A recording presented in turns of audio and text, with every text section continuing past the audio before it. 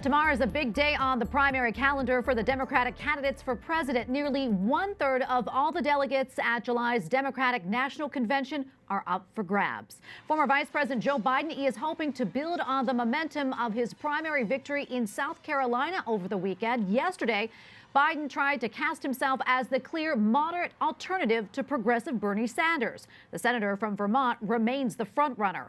Earlier, he rallied thousands of supporters in California, which is considered the crown jewel of Super Tuesday, with 415 delegates up for grabs. Joining me now to take a look at all of this is Tim Carney, resident fellow at the American Enterprise Institute, that is, and author of the book Alienated America: Why Some Places Thrive While Others Collapse. Tim, welcome back to the show. I know you're just back from South Carolina. What do you make of former Vice President Joe Biden's victory there? It was a huge victory. He didn't just win, he won by a massive margin and clearly established himself as the candidate, not just sort of the moderate candidate, but the non-Bernie Sanders candidate, which is to say the non-radical candidate. A lot of what I found out there was older voters, lots of older black voters, that's half of the South Carolina Democratic electorate, who just said they like change. They like the fact that Obama changed so much, but they don't want big, rapid change. They want a sort of steady pace. They see Biden as a steadying force, just as they see Sanders and Trump as disruptive forces. Tim, what did the Democratic voters that you talked to in South Carolina, what did they have to say about faith, and did it have much influence on who they voted for? I think it definitely did influence who they voted for. Joe Biden is comfortable walking into churches, black churches, white churches, etc. He is a Catholic, but he walks into Protestant black churches, and he begins with the whole thing begins with a prayer. I talked to many voters who said they like candidates to put their faith into what they're saying and to talk about their own experience, even if it's a totally different faith experience. So again, a white Catholic from the East Coast, from Pennsylvania and Delaware, going down to a black Baptist church in the South, two very different experiences.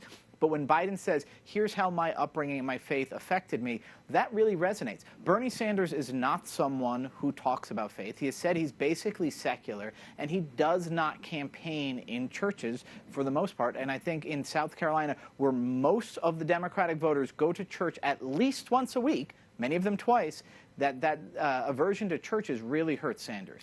Yeah, in your book, Alienated America, you examine the factors that contributed to President Trump's win. And for the Washington Examiner, I know you take a look at the similarities between the kind of voters who supported the president 4 years ago and those who are now supporting Senator Sanders. What stands out the most to you? If you look at the exit polls, almost every group voted for Joe Biden in South Carolina. Two that voted for Sanders were people who have not gone to college and people who do not ever go to church or synagogue or mosque. This was basically true in New Hampshire as well, where those who didn't attend any religious ceremonies basically ever were Sanders' main base. And so there's lots of ways to look at it, but what I argue in Alienated America, what I think is true here, is that it's the people who are not attached to institutions, who don't belong to something. They're looking for the revolution that Sanders is promising. This is similar to the earliest people who came out for Donald Trump before anybody else, over Ted Cruz, over Kasich, over Rubio, etc. They were people who said, finally, there's something I can belong to, a movement I can join, because they were, again, not the people who voted for him in the general election in November 2016 over Hillary, but the first people to come to rally to Trump were similarly people who didn't belong to other things and were looking for something to join, some movement to be part of.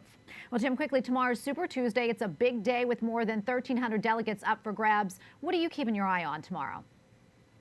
Well, now that Amy Klobuchar and Pete Buttigieg has dropped out, it's much easier for Elizabeth Warren and Joe Biden and maybe Michael Bloomberg to clear the 15% viability threshold that Democrats have, basically to win some delegates. So I think Bernie Sanders is going to win more delegates than Joe Biden on Super Tuesday.